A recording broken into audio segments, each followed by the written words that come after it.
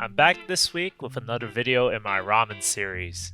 We'll be learning how to make a Shio Tare, which is one of the 3 tares that are usually used in ramen. We already learned how to make a shoyu one previously, so I wanted to try a Shio Tare this time. If you want to learn how to make the shoyu tare, I'll link it in the description below.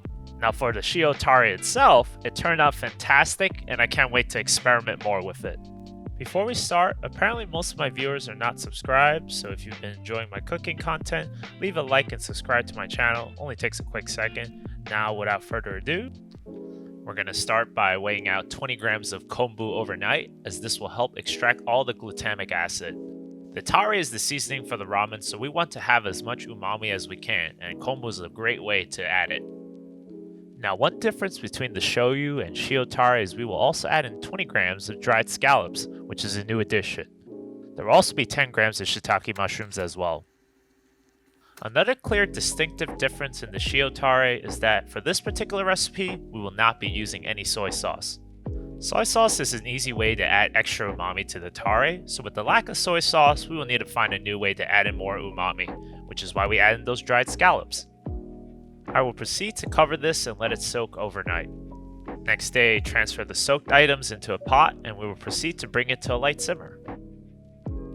So normally I learned that you shouldn't simmer kombu for long periods of time, but many Shio Tare videos I watch all have them simmering the kombu for at least 30 minutes, I would say. To my knowledge, simmering kombu for long periods of time will cause it to become slimy, but I guess since we're only adding a small amount of tare relative to the soup, you won't notice the difference. Once the pot is at a light simmer, let it stay at this level for 30 minutes while never letting it come up to a boil. Once the simmering has been finished, we're going to now fish out all the kombu out of this mixture. Once you take out all the kombu, bring the pot up to a boil and then add in 20 grams of katsuboshi. Turn off the heat and let it seep for 5 minutes. I use my chopsticks to make sure all the katsuboshi flakes are soaked through.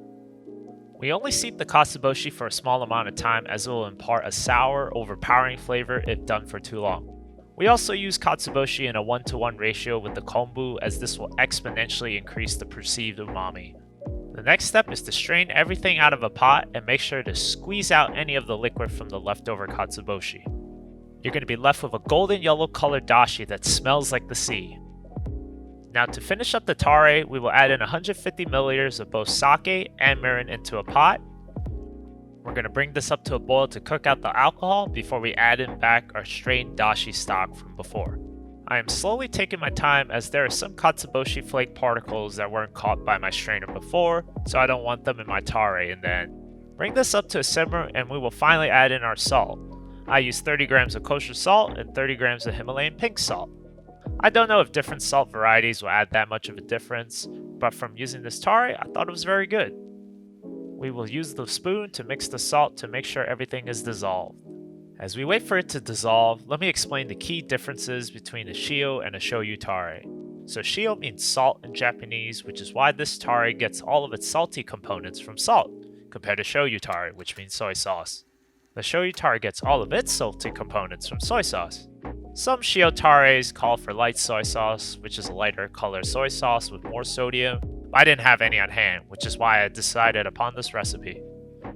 After all the salt has been dissolved, I like to place it in another bowl to cool down before we store it in the fridge for future use. There you have it, a Shio Tare that can be obviously used for ramen, but if you need to season other things as well, this works just as good, because this is packed full of umami. Just a sneak peek at the potential here, as I made a regular Shio ramen with some chintan stock from leftover bones and a more improved chicken chashu. Dear lord, this was amazing, with a super clean flavor from the broth and tare.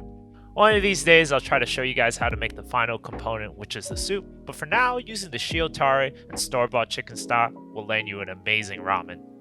Hey everyone, thanks for watching my video, and if you enjoyed it, please like and subscribe and follow my Instagram at Weekend Cooks.